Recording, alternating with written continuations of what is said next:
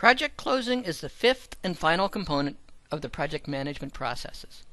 Project closing is often overlooked. Project closing is often poorly done on most projects. Most projects, by the time they reach the closing stages, where we actually close the project, are often, and I hate to say this, so over budget, so beyond schedule, that people simply say, phew, we finally got the product done, we finally have acceptance, or maybe even don't go as far as getting acceptance, we finally have the project done, let's get this team redeployed, let's get this team reworking on something else, so that the organization can again begin to reap benefits from a new project being initiated and the results of the new project being done. So project closing, actually closing the project, often does not take place on a project. I would like to suggest that's a very bad approach, a very bad attitude for an organization to take. Why is project closing very important? As we'll discuss in this nugget, project closing ensures that A, the project is truly accepted, that there are no flaws, there are no outstanding items that the business needs addressed to make it fully functional, but B, from a project management viewpoint, and I think more importantly, that the organization has a chance to learn from the project, that we have a chance to review the mistakes made, assuming you did make mistakes, or to review the good things done, so that we can repeat good things and avoid repeating mistakes. We need to close the project, gather our lessons learned, consolidate the lessons learned, and distribute them throughout the organization so that future projects will repeat the good things and future projects will hopefully avoid making the same mistakes. Closing the project closing, is typically a very brief, does not need to take weeks, can even be done in days, or if truly pressed, could be done in hours, but I think most projects should have days, probably less than a week, to formally close the project and ensure that the organization is going to benefit from a project management viewpoint, from a best practices viewpoint, for the results of your project. The second important aspect to project closing is contract closure. You've had a number of contracts open for purchasing throughout the project. You need to have effective closure. You need to ensure that the final payments are made to your vendors. You need to ensure that the terms and conditions of the contract have been resolved, and that all materials, all intellectual property, all fair trading, fair sharing through the contract process itself have been returned to the respective companies. Do not avoid, do not minimize, do not allow senior management to try to push you forward into the next project until you have successfully closed the current project you're on. As we'll see through this nugget, project closing provides significant benefits to the company, actually probably has the largest payback in terms of effort expended versus benefits for the company of any aspect to your project. And again, the benefits are gathering of the lessons learned, ensuring that we can repeat good things, and ensuring that we avoid making the same mistakes on future projects. Closing the project involves closing the project, transitioning the results of the project, the final deliverables, to the business. It's moving the ownership of the project, moving the ownership of the components delivered by the project from the project team itself to the business, i.e., we're implementing the results of the project. The business now owns the results. The business will now begin to use the results of our project to further the business, to improve operations for our company. Good, smooth transition is critical. Through the duration of the project, through the delivery of the project, your team has intimate knowledge, because they developed it, of course, your team has intimate knowledge of each and every piece of the project. They understand how it all fits together. They understand how to operate the results. They understand its issues, its benefits, its flaws, its weaknesses. They know how to make this final product, whatever the final product is, work successfully. We need to ensure that transition to the business is successful, that the business is properly trained, that the business understands how to operate the process, that the business or the operational support unit for your organization, where appropriate, fully understand how to implement the organization, how to continue the results of the system in the business. In one company that I worked with, where I was delivering systems project, IT projects, software projects to a company, the transition to the business actually had three components. One is the business accepted. The business accepted, saying, yes, this project, this software will satisfy my business requirements. The next component to transitioning to the business was the operations department. The operations department said, yes, we have reviewed the steps defined by the project for how the software will be used in the company. We understand what is required. We understand what backups need to be done. We understand what jobs need to be run. We, the operations department, fully understand what it's going to take to make the software run in the business for the next 2, 5, 10, 15 years. Let's be optimistic for how long the software is going to be in production in our company. And then finally, a final form of acceptance was the systems department. The IT department itself had to accept the project, saying, yes, we've reviewed the code, we've reviewed the results, we've reviewed exactly what the project has done, and we believe the system documentation, we believe the code is maintainable, we believe that the information provided to us by the project team will allow us to perform ongoing maintenance, to perform enhancements to the project. So don't minimize the effort and the importance of the transition, of the implementation of the project. As I say, a very formal company I've worked with, and I think this is an excellent strategy, had 3 levels of acceptance.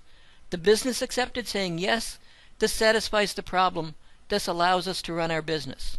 The operations department accepted, saying, yes, we understand what it's going to take to make the software work in the company. And the systems department, the IT department itself, probably the very department you work for, has accepted and said, yes, we believe the project has followed the proper standards and procedures. We believe the code is well documented.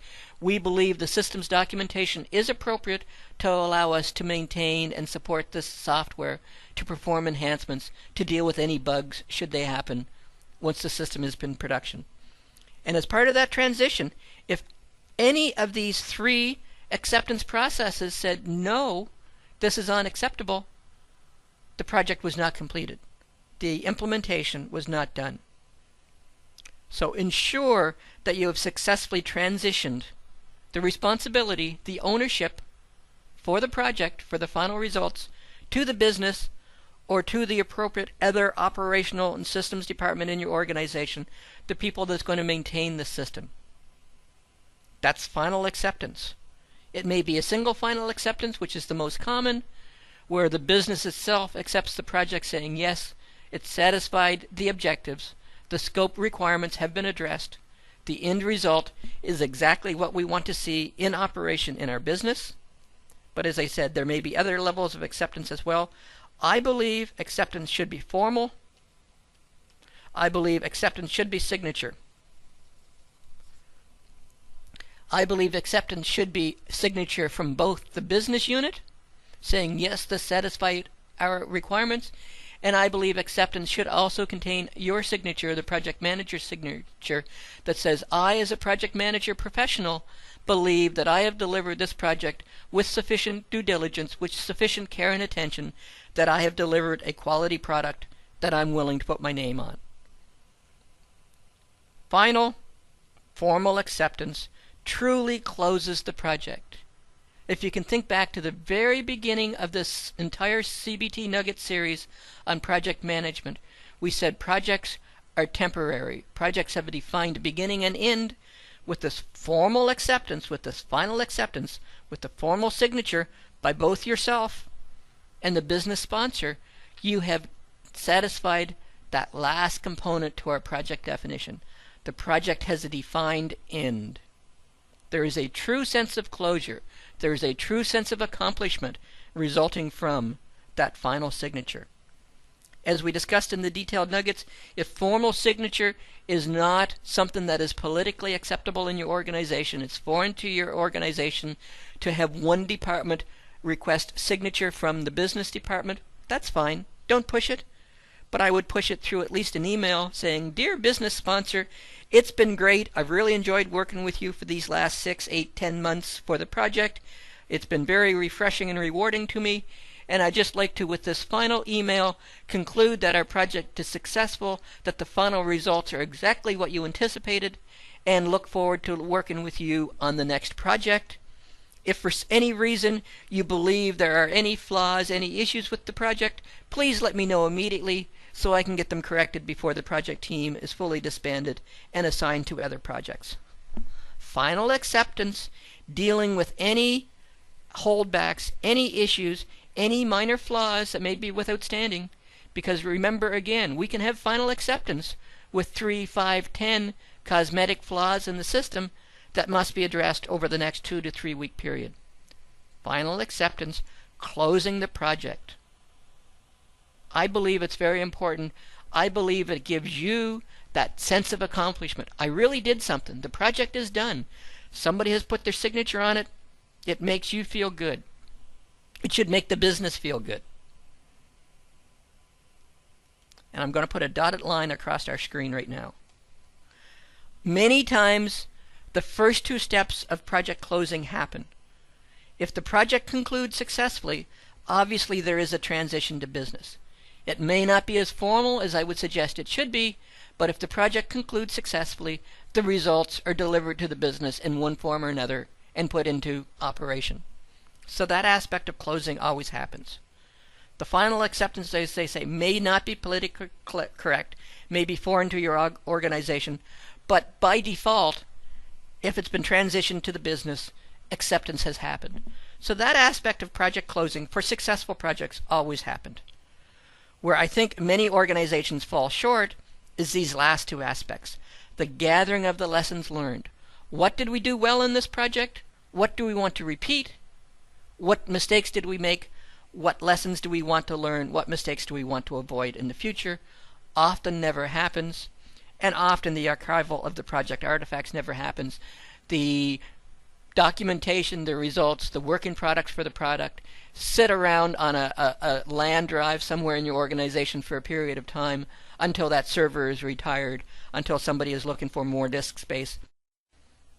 Archival of the project artifacts ensures that the project deliverables, the work products, everything produced by the product is preserved in a form, in a state, on a drive, on a CD somewhere, so that at any point in time in the future, whether it is 2 months later, 6 months later, or 2 years later, you need to get at something that was completed by the project, either to retrieve something from the project, to validate, to work through contract issues, or simply because someone in the organization says, "Hey, that project Steve delivered 2 years ago, he had a wonderful test plan. I would love to be able to take his test plan and reuse it." If the project artifacts are properly archived, that test plan can easily be found, retrieved, and reused going forward. So again, ensure that you get time from management to properly close the project, that the transition is smooth, that the final acceptance takes place, and that more importantly, I believe, for the organizational best health, best interest, that the lessons learned are gathered and consolidated and distributed, and that the project artifacts are archived so that they can be retrieved and reused in the organization on an as-required basis. A key but often overlooked component of project closing is the facilitation of organizational improvements. Or in other words, making your organization a better project management machine as a result of what you learned, what you did on this project. How are you going to do that? Lunch and learns. In companies that I've worked for, there was a mandatory requirement at the end of each project. The project manager would gather their lessons learned, and they would facilitate a lunch and learn, a brown bag lunch, for all their fellow project managers. During the lunch and learn, again, the project manager would say, "On this project, here's what we accomplished. Here's what I think we did a really good job of, and here's what I would do better. Here are contractors I worked with. Here are products that I used. Here are methods that I've tried that worked extremely well, and I would highly recommend everyone reuse them. Or here are contractors that I've worked with, or materials that I've used, or methods that I've tried that really didn't work, and I can't envision any way that they could work. Or here are things that I tried that I think if I made these changes would work well. Do the lessons learned and make sure that everyone in your organization is aware of what worked and what didn't work. In order to ensure that the information from those lunch and learns carries forward, that they have longevity in your organization, that information should be brought forward and permanently saved. I'm saying put together a lessons learned folder on a network drive somewhere. Again, that way the synopsis, the good information and the bad information, what worked well, what didn't work well, can be saved, because although all project managers should strive to attend the lunch and learn, there will be instances where they simply can't make it. Or there'll be instances where there are new hires in the project, into the organization rather, later, that didn't participate in the lunch and learns. Make that information permanently available and make it visible. Make sure all project managers know they're expected to go to the lessons learned folder as they're developing new project plans, to make sure they don't repeat past mistakes, and to make sure that they do repeat past successes. You need to ensure the visibility of the mistakes and the successes. Good projects don't happen by accident. Good projects happen as a result of the application of good practices. The way your organization is going to get good practices is to facilitate organizational improvement. Learn from each project. Make each successive project in your organization better as a result of successes repeated and mistakes eliminated from previous experience. As your project is winding down and coming to a close, you need to archive your project artifacts. You need to take all the material, all the documentation, each and every piece of information that your project produced, and archive it. Put it away somewhere that it can later be retrieved. You may be unfamiliar with using the term artifacts in terms of project documentation and project deliverables. It's a term that I've picked up recently, and it's stuck with me. And it's probably because of direct relevance. When I first think of artifacts, I think of archaeologists going out into deserts, sifting through sand, and trying to find little nuggets, little pieces of information that exist from the past that they can use to try to recreate the past. And why do I think that term is so appropriate to project documentation? Because I have had instances where I've had to go back to old projects and try to find the information. I've been aware that there was an excellent example that I wanted to reuse. Or I've had to go back to project documentation to reproduce an audit trail that was needed for accounting. Or I've had to go back to project documentation from past projects and recreate a document history to satisfy certain legal or certain organizational requirements. And at the time, I felt like I was an archaeologist in the middle of a desert, sifting through sand, looking for little tiny pieces of information, because it was that hard to find. I found some information on a file folder on a network drive somewhere, which pointed me to another network drive, only to find out that that server had been decommissioned and was no longer in operation, to go to operations to find out, yes, there was a backup taken, and the tape is, and it just went on and on and on. It took hours to days to months of sifting through the sand, looking for the appropriate project artifacts. We want to eliminate that archaeological aspect to this. We want to archive the project artifacts. We want to take all of the documentation, all of the deliverables, every piece of information that the project delivered and bring it together and put it in a single, focused, consolidated, managed area. If it's an electronic piece of documentation, all the electronic documentation should be gathered together into a common folder and zipped up and put on a protected drive somewhere so that we know it's going to be maintained and preserved on a go-forward basis. If it's paper-based documentation, it all needs to be gathered together, put into a single folder, put into a single box, put into a number of boxes depending on the size of and amount of documentation you have. Get it labeled and get it put into some kind of a permanent storage location, indexed and retrievable. That's why I find the term project artifacts to be so relevant, because I felt like that archaeologist out in the desert sifting through the sand, and it wasn't fun. If we do a proper job of archiving our project history, then we have true usable artifacts. And I've alluded to why we want to do this already. In some instances, it's going to be required by law.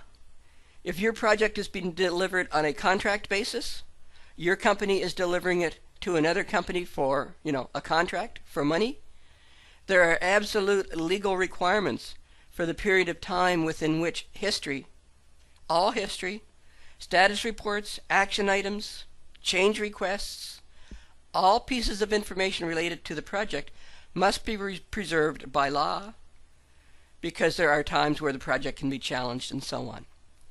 It may be required to be preserved by law for taxation rules. Again, depending on how your organization treats projects, some projects may be capitalized, which involves special tax treatment within the organization. And as soon as we start talking tax laws, there are absolute rules with how long information must be maintained in case the government comes back and does audit. So again, preserve all information. Don't try to second guess. Don't try to say, oh, I should preserve my high-level status reports to the project sponsor and I should preserve my change logs because I think that's what should be preserved for law, for accounting purposes. Don't try to second guess. Preserve all information. That way, if it's required, if there's an audit, if there's a legal challenge, if anyone ever wants to go back and review, it's all there in the box, on the drive, that's indexed and easy to get at. I also suggest we archive all artifacts for a more positive aspect. We want to make it accessible for future projects. Your project probably has delivered some extremely excellent work. Other projects are going to want to use some of your work as examples. On your project, you developed the world's most perfect system test plan. Someone at some future point in time is going to say, hey, Steve developed an excellent system test plan. I'd like to get an example of that. I'd like to reuse it. Makes it accessible for future projects. Allows your organization to develop templates. Allows your organizations, again, to make the good things on your project re-happen on future projects. If you archive your artifacts, you have the information that's there and available to make it accessible for future projects, to make the good things happen again. If your project involved contracting with third parties, you need to go through a formal contract closure with each of the third-party contracts in place in your organization.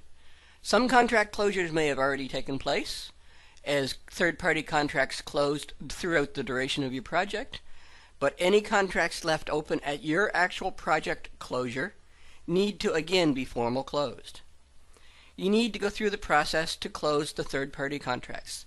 The same as you're going to expect final closure and final acceptance on your project within your organization, you need to provide the same final closure to any third-party contracts that you are working within. You need to accept their deliverables. You need to satisfy the terms and conditions of the original contracts to make sure that both companies, because we want project-based contracts to be equal sharing contracts, not one way, win-lose. We want all contracts to be win-win contracts. So we need to close the third-party contracts to make sure the rights, obligations, responsibilities of both companies, ours and our suppliers, are properly terminated. Often as a result of project delivery, there will be the sharing of information between contractors and your project. You need to ensure that all materials, all equipment, you may have equipment from your contractors, your suppliers on site that must be returned, or you may have supplied special material, special equipment to your contractors to allow them to complete their project work for you. Ensure that all material is returned to its rightful owners. Similarly, you need to ensure that all intellectual property, all documentation, all copyrighted materials is either returned or destroyed at the end of the project. So there's no obligation, there's no chances, there's no concerns that, again, your company has access to intellectual property licenses from your contractors that could accidentally get misused, or similarly that your contractors have access to intellectual property licenses, copyrighted material that should be returned to your company. And again, in some cases it's return, in some cases it's just the confirmation that it's been destroyed. The material has been shredded, the information has been removed from hard drives, the information has been made unusable by the appropriate organization. And a key component, I believe, to contract closure, based on my experience, is provisions to release holdbacks and/or enact warranties. As your project is coming to a close, you're going to be repositioned, reallocated within the company, and go to work on new projects. You're going to take on new responsibilities.